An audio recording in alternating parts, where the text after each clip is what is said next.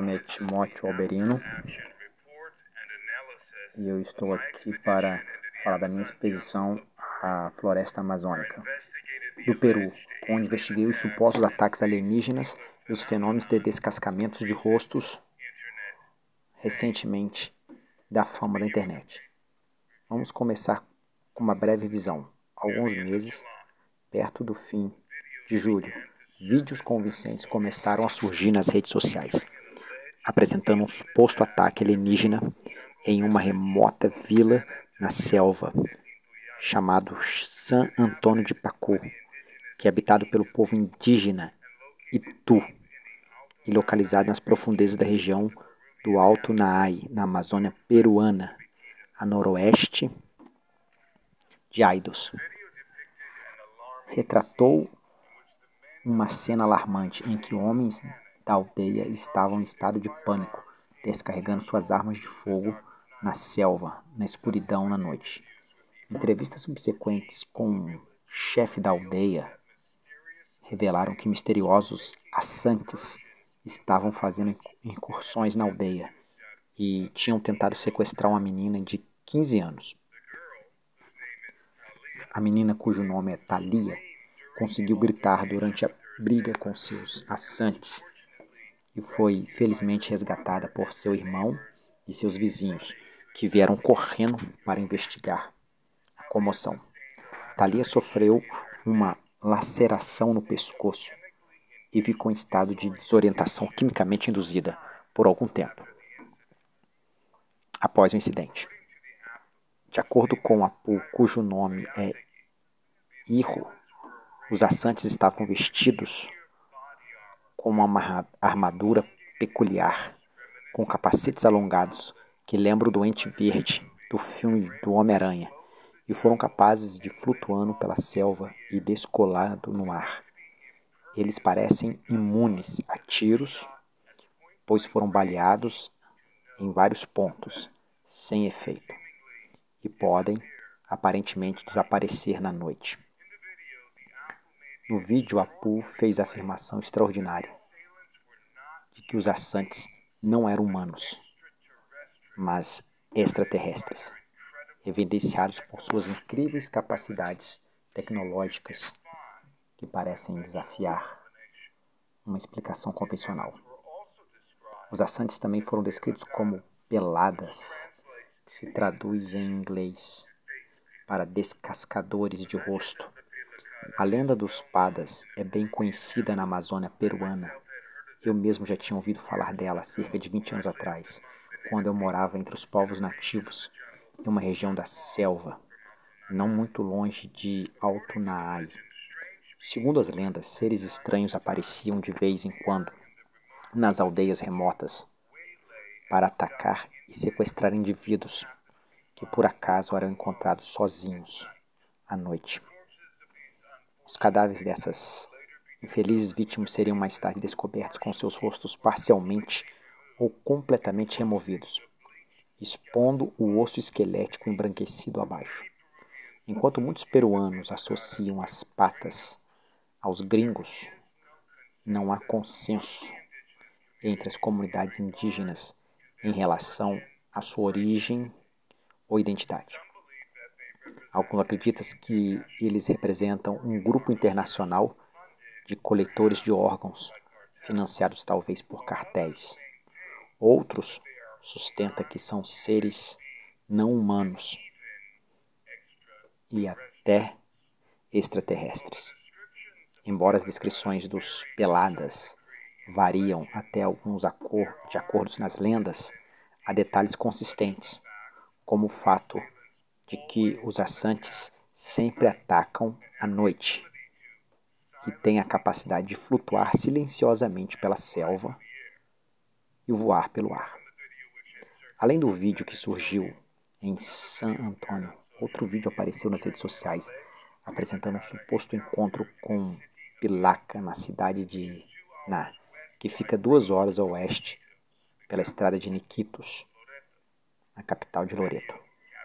O vídeo capturado à noite, em um smartphone barato e, portanto, granulado, escuro e de baixa resolução, parece retratar um ser alienígena cinza que momentaneamente iluminado por uma lanterna.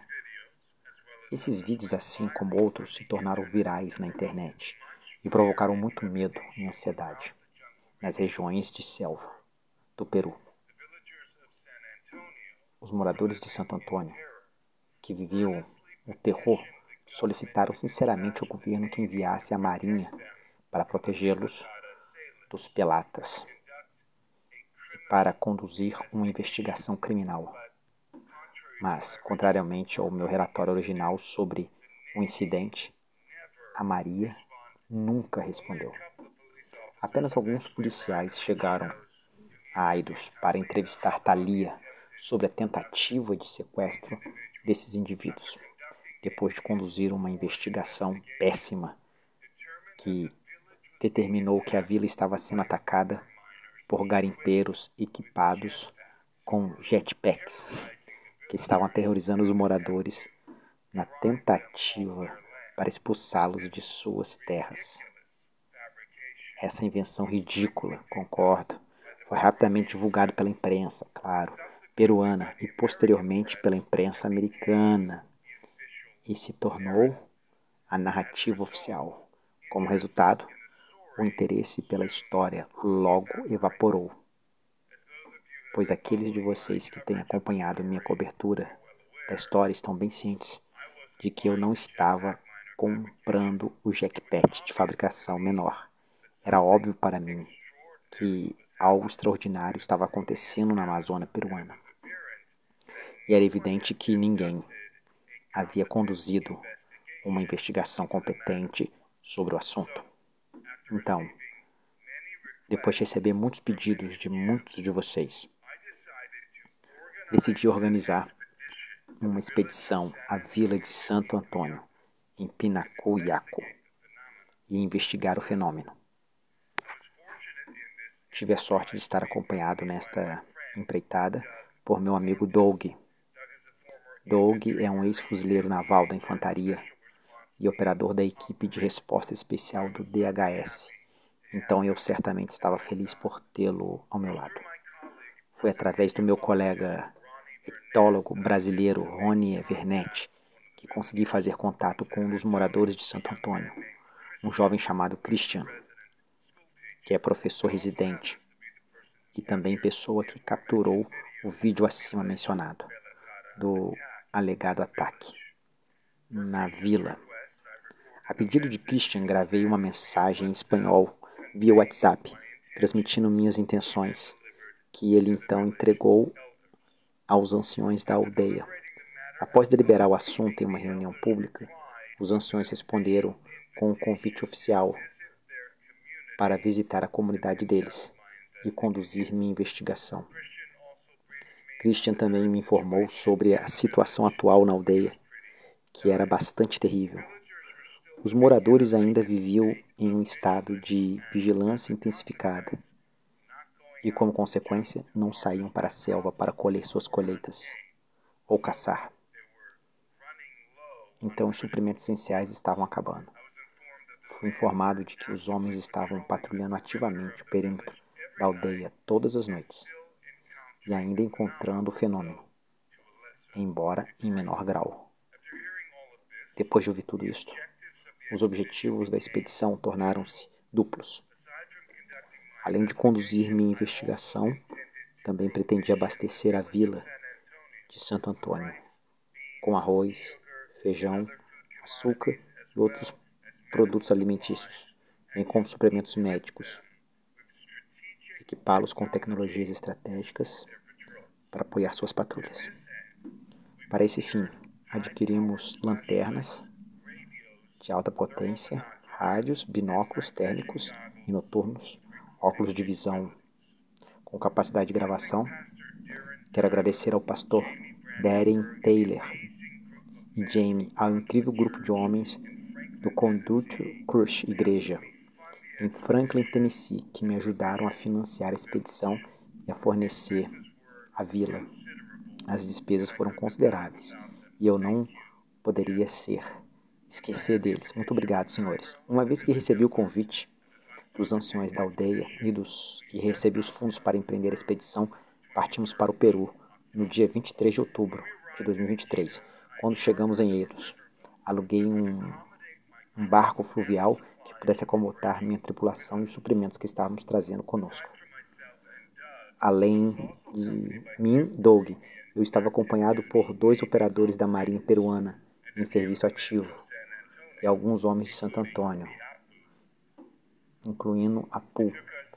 Levamos 2 dias para chegar à vila.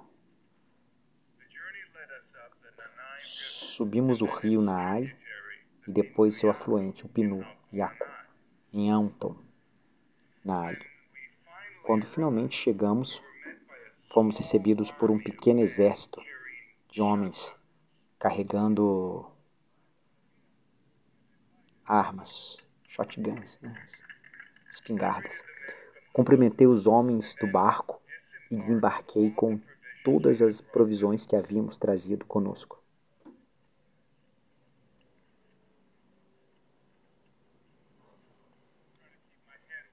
Estou tentando manter a minha cabeça longe do cano dessas armas. Fomos escoltados pela aldeia e conduzidos a um prédio que eles chamam de Tamba, que é um local fornecido pelo governo. No posto de comunicação avançada do governo de Tombo, recebemos uma recepção calorosa da comunidade, que tinha reunidos para nos cumprimentar. Apesar de suas difíceis condições de vida, os aldeões da Amazônia peruana são muito formais em seus procedimentos. Fui convidado a me apresentar e a minha equipe ia fazer um discurso e fiquei feliz. Bem, ele está falando em espanhol. Sou Timóteo Berino, sou investigador e vim com meu amigo. Após meu discurso, fomos presenteados com algumas bananas e peixes cozidos em uma demonstração de hospitalidade e depois brindados com uma dança tradicional para comemorar nossa chegada.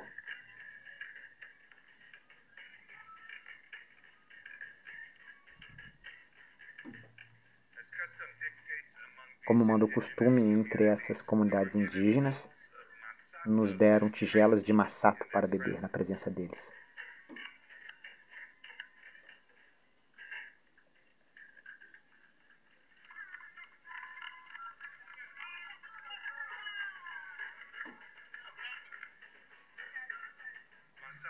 Masato é uma bebida alcoólica feita com mandioca fermentada.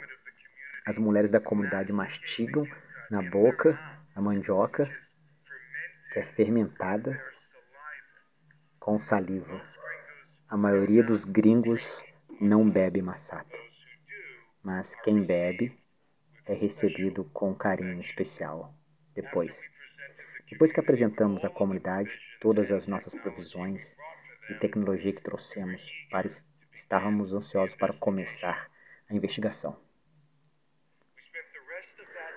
O resto do dia visitando os locais onde os misteriosos assantes foram encontrados e conduzindo entrevistas com os moradores e testemunhas oculares.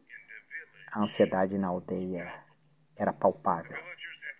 Os aldeões haviam derrubado uma ampla faixa da selva ao redor de sua comunidade, a fim de estender sua linha de visão e criar uma zona de tampão entre eles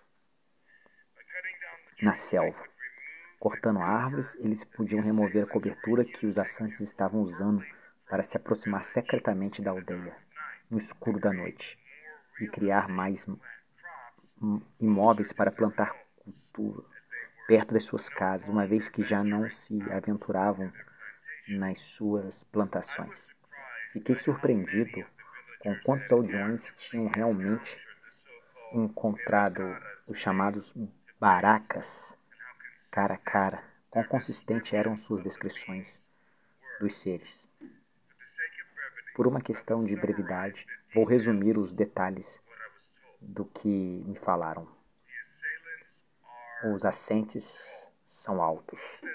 A maioria das estimativas os descreve como sendo consideravelmente mais altos do que eu, ficando em algum lugar entre 6 e 1,5, 7 pés, talvez até 8.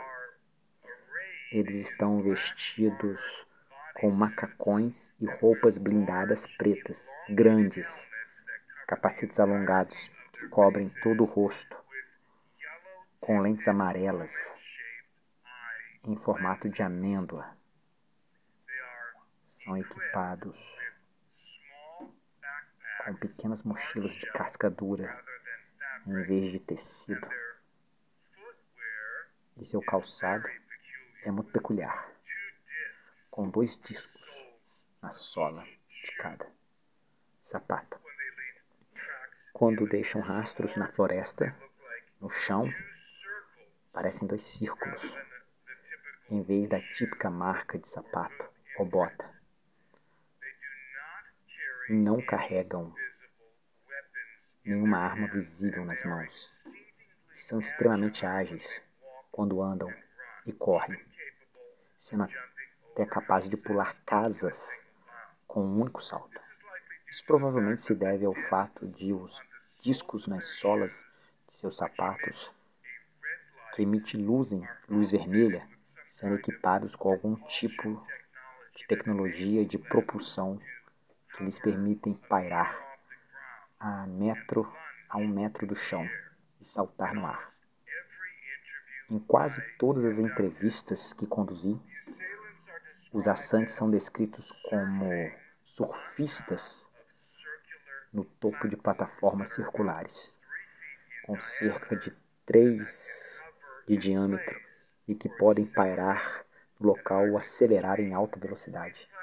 Essas plataformas são cercadas por luzes de cores variadas e são completamente silenciosas enquanto se movem pela vila, exceto quando aceleram no chão. Esse ponto, um som parecido com um compressor de ar pode ser ouvido. Os assentes às vezes pousam nas plataformas na selva, desmontam eles e caminham ou flutuam até a aldeia. Quando são expulsos da aldeia, eles remontam a plataforma e decolam no ar. Algumas das plataformas circulares são extremamente grandes, com um diâmetro de cerca de 10 pés, e transportam 2 pessoas em vez de uma. É interessante notar que os assantes sempre vêm em 2, em pares. Há sempre 2 ou grupo de 2. Além das plataformas circulares voadoras, os assantes são também equipados com veículos aeroespaciais avançados, que poderíamos chamar de OVNIs. Essas naves foram vistas por várias pessoas na vila e são descritas exatamente da mesma forma por todos. A fuselagem da nave tem o formato de uma bolota, com a parte estreita sendo o nariz, e a parte mais larga da pompa tem aproximadamente o comprimento de um jato particular, mas é muito mais larga no seu lugar das asas. Eles têm pequenas saliências arredondadas que se dobram e implantam uma série de luzes que piscam rapidamente. Em baixa altitude, cerca de 30 a 40 pés, e não tem sistemas de propulsão aparentes, como motores ou hélices. Em um caso, a nave parecia ser completamente transparente e 2 pilotos podiam ser vistos sentados dentro. Como nas plataformas circulares, a nave está completamente silenciosa, exceto quando aceleram, em ponto em que eles emitem um zunido de baixa frequência. As plataformas e a nave foram vistas em muitas ocasiões, por muitas pessoas pairando acima ou voando sobre a vila. Mesmo de acordo com um relato, na noite anterior à nossa chegada, passamos um total de 2 noites e 3 dias em Santo Antônio de Pinayaco. Na última noite, nos encontramos com os homens da aldeia para ensiná-los a usar as lanternas de alta potência, rádios e óculos de visão noturna. Temos a ele, Dog, junto com Henry, um de nossas marinhas. Os comandos eles aproveitaram a oportunidade para treinar os homens, como portar corretamente suas armas de fogo e patrulhar em uma coluna para que eles não atirassem acidentalmente uns nos outros. Foi muito emocionante ver esses caras aprenderem como se organizar em uma força de combate mais eficiente. Então, para sair e implantar as novas táticas e tecnologias em suas patrulhas. Se os descascadores de rostos aparecem na aldeia novamente, os homens de Santo Antônio estão agora muito mais bem preparados para defender a si mesmos e suas famílias e para capturar o fenômeno na vila. Para discutir mais detalhadamente o detalhe da expedição e tudo o que aprendemos na aldeia, estou acompanhado agora pelo meu camarada Doug Tornan. Doug, tenho certeza que a pergunta na mente de todos agora é: o que você achou daquele massacre? Foi terrível. Eles me deram aquela tigela de Massato e eu drenamos como um campeão. Na verdade, gosto de Massato. Bebi muito quando morava na selva. Mas depois me virei e olhei para você, presumindo que você também recebeu uma tigela de Massato. E o que vejo, sua barba está coberta com a coisa. Parece que você vomitou em si mesmo. Era um gosto muito peculiar. Bem, como todo mundo que sabe, agora está fermentado, com saliva, com as mulheres sentando e mastigando. E isso é um espetáculo tanto. Na verdade, eles têm uma canoa, uma espécie de canoa, Doug, parecendo coxo. E todas as mulheres sentam ao redor. Todas as mulheres mais velhas com as mulheres mais jovens. É como se fosse uma coisa muito tradicional.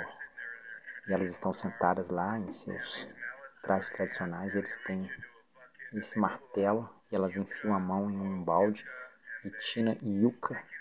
E elas enfiam a boca, mastigam e gospem no coxo. Esmagam com os palitos.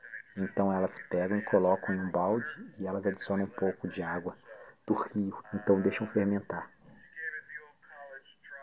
Então você deu uma chance à velha faculdade. Acho que os aldeões, quando nos viram bebendo aquele massacre, eles instantaneamente gostaram de nós. Muito bem, senhor. Sim, eu não morri. Então foi bom. Era toda a minha barba. Eu tinha raspado a maior parte da minha barba. As pessoas não sabem que minha barba era pelo menos 7 ou 18 centímetros mais baixa do que isto. Mas estavam em todo lugar. Instantaneamente eu vomitei na minha boca. Não sei como você bebeu instantaneamente. Então, bravo para você. Não consegui. Na verdade, gosto de Massato. E isso foi bom. Massato. Não quero provar o Massato. Ele cresce em você, sim. E você quer provar um Massato ruim. Ok, agora vamos em frente. Já que acabei de dizer que você e eu passamos 2 dias e 3 noites na vila, onde todo mundo está perguntando, tenho certeza se vimos o fenômeno nós mesmos. Nós entrevistamos todos esses indivíduos. Resumi o que eles disseram. A resposta é não, não vimos. Não vimos o fenômeno nós mesmos. Ficamos acordados até tarde da noite. Esperamos que o fenômeno aparecesse, mas deve ser dito que choveu. Pelo menos uma das noites. Talvez a última noite. A segunda noite, definitivamente, houve uma tempestade que passou. E fomos informados que, geralmente, na verdade, os moradores nunca experimentaram uma incursão por parte desses assantes enquanto estava atacando. Então eles também não esperavam que víssemos nada, mas ficamos acordados. Tínhamos visão noturna, tínhamos câmeras térmicas e estávamos prontos para registrar o fenômeno, mas ele não apareceu. Vamos falar sobre o que considero a entrevista mais convincente que eu tinha realizado na vila. E foi isso que você filmou. A propósito, Doug filmou tudo que vocês viram. Doug filmou tudo. Isso, queremos ser muito discretos. Quando chegamos, não queríamos chegarmos com um monte de equipamentos de câmera de última geração. Queríamos discretamente. Havia algum perigo associado a tudo isso. Então decidimos fazer isso com GoPros. E Doug filmou tudo. Mas a entrevista mais atraente, e eu sei que você vai concordar comigo, estava com Thalia. Ah, sim. Thalia, adolescente de 15 anos. A garota quem passou por uma provação muito terrível.